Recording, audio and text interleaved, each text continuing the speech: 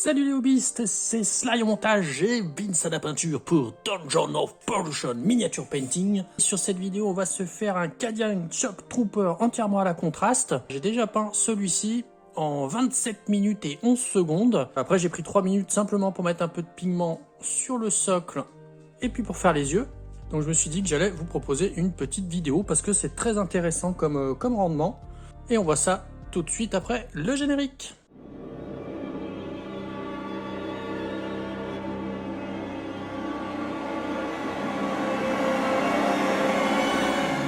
Je vais vous montrer sur cette figurine comment le peindre, donc quasi full contraste. Alors bon, là c'est tout simplement une sous-couche de Redbone, donc la bombe adéquate pour appliquer ensuite la contraste. Et sur le socle, j'ai juste mis de la texture, c'est du Agrellan Badland. Et donc première chose qu'on va peindre, ça va être la peau avec du Guilliman Flèche. Et c'est parti, donc un petit pinceau. Et puis donc on va faire dans un premier temps le visage. Voilà pour le visage. On a également les petites mimines.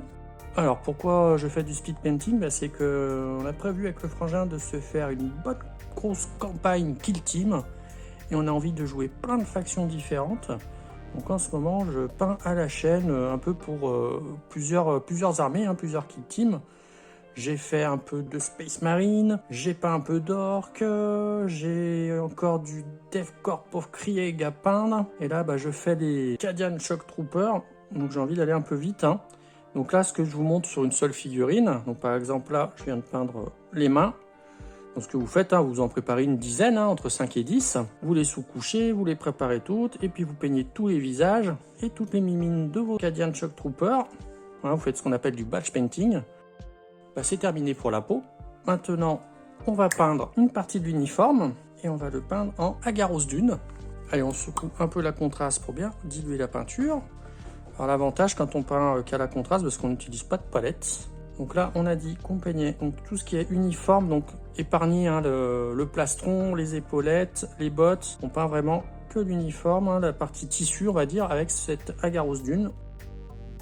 Soyez généreux dans les plis, histoire que le contraste fonctionne bien.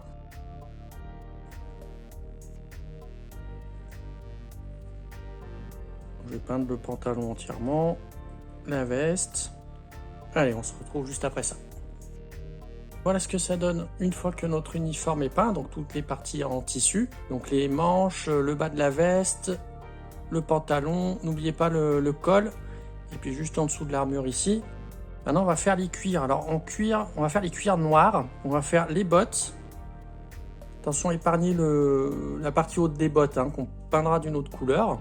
On va faire les bottes et la ceinture en Black Templar. Alors, je ne dilue rien, je vais vraiment au plus vite. Je prends ma peinture telle qu'elle. Je n'utilise pas de médium ni d'eau. On va faire le bas des bottes.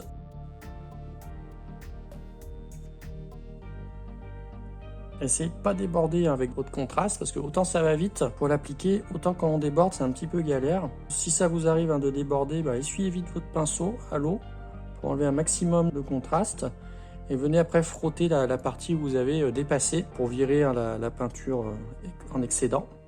Allez, deuxième botte.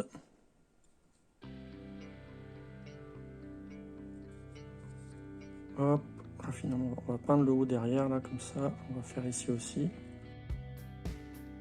Voilà où on en est une fois qu'on a peint le cuir noir, donc la ceinture, j'ai laissé la boucle, on va la faire d'une autre couleur plus tard. Et donc les bottes devant, derrière, et j'ai juste laissé on va dire l'espèce de renfort ici, pour peindre également d'une autre couleur. Donc justement, prochaine étape, on va peindre tout ce qui est casque, plastron, épaule et renfort sur les bottes en Creed Camo. Donc on va peindre le casque, j'ai changé de pinceau, j'ai pris un pinceau un poil plus gros, on peint tout le casque en Creed Camo. On épargne l'aigle impérial ici, on peint autour, on va venir mettre une autre couleur. Là on essaye de ne pas en mettre sur le visage, histoire de ne pas tout gâcher. On faufile le pinceau, on va peindre les épaules. On tire bien la peinture pour éviter de faire des pâtés. Pas trop accumuler de peinture au même endroit sur les surfaces planes parce que ça fait des taches après.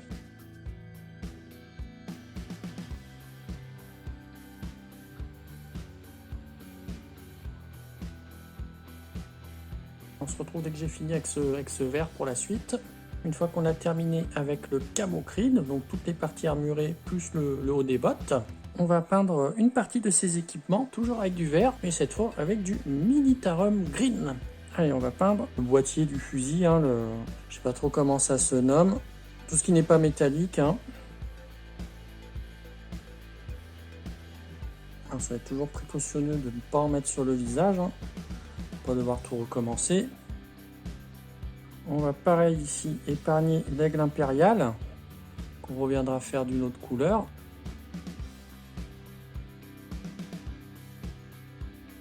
On fait pareil de l'autre côté. J'épargne aussi cette partie-là pour venir la peindre d'une autre couleur. Une autre couleur contraste qui fera penser à du métal, hein, même si ce ne sera pas du tout du métal. Ça sera du Basilicum Grey.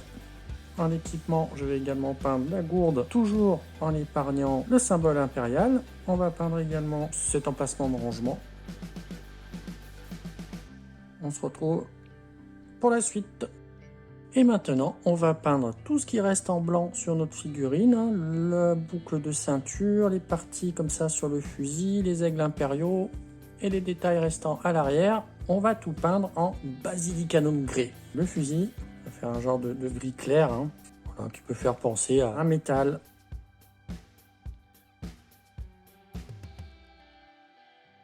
Là, on va finir le bout du canon. Vous voyez là, vous avez débordé avec un petit peu de vert, ben, c'est pas grave. Vous recouvrez avec le Basilicum Grey qui est une teinte plus foncée. Ça se verra pas. Vous avez le droit à l'erreur, hein, du moment que là où vous débordez, ça sera une peinture plus foncée que vous viendrez appliquer par la suite. Et donc l'aigle impérial, donc essayez de ne pas avoir trop, il est vraiment assez fin, donc pas avoir trop de peinture sur votre pinceau.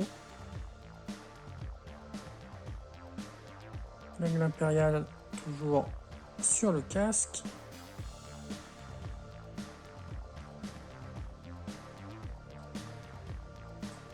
Ça fait un petit côté bande dessinée, hein. On finit les détails, là on s'embête pas, on fait tout en Basilicum, la petite boucle de ceinture, et ici notre troisième aigle impérial, et les derniers petits détails de la gourde, le bouchon, un genre de cuir, on prend pas la tête, on veut aller vite. Notre Cadian Shock Trooper en lui-même est terminé. Alors je vais juste revenir apporter un petit détail supplémentaire. Alors c'est pas grand chose. Je vais juste forcer un petit peu avec le Guilliman Flèche dans les orbites et au niveau sous le nez, sous la bouche, pour marquer un petit peu plus le contraste, hein, et ça rendra le visage un peu plus joli. Et donc je disais sous le nez, je vais prendre un petit peu l'excédent que j'ai mis sur le nez. J'essuie mon pinceau et je viens frotter le nez pour qu'il soit un peu plus clair. Maintenant, on a fini, hein, quasiment. Hein. Ce qui va vous rester à faire, c'est le socle. Donc nous, on a décidé de jouer une campagne Kill Team, mais ça va être sur un monde martien. Et donc, je socle mes figurines en orange, un rouge-orange. On va se faire un Griffon Orange. Là, c'est vraiment pour aller au plus vite. Hein. D'habitude, je mets un contraste Blue Angel, je fais des éclaircissements, mais là, juste un Griffon Orange, ça ira très bien. Et par la suite, si vous voulez intégrer un peu plus votre Cadian Shock Troops à son environnement, vous pourrez mettre un petit peu de pigment, hein, salir un petit peu ses bottes avec une poussière orange. Et on a un petit tuto sur la chaîne pour ça, je vous mets le lien juste là. Et vous pourrez, comme ça, peaufiner votre figurine.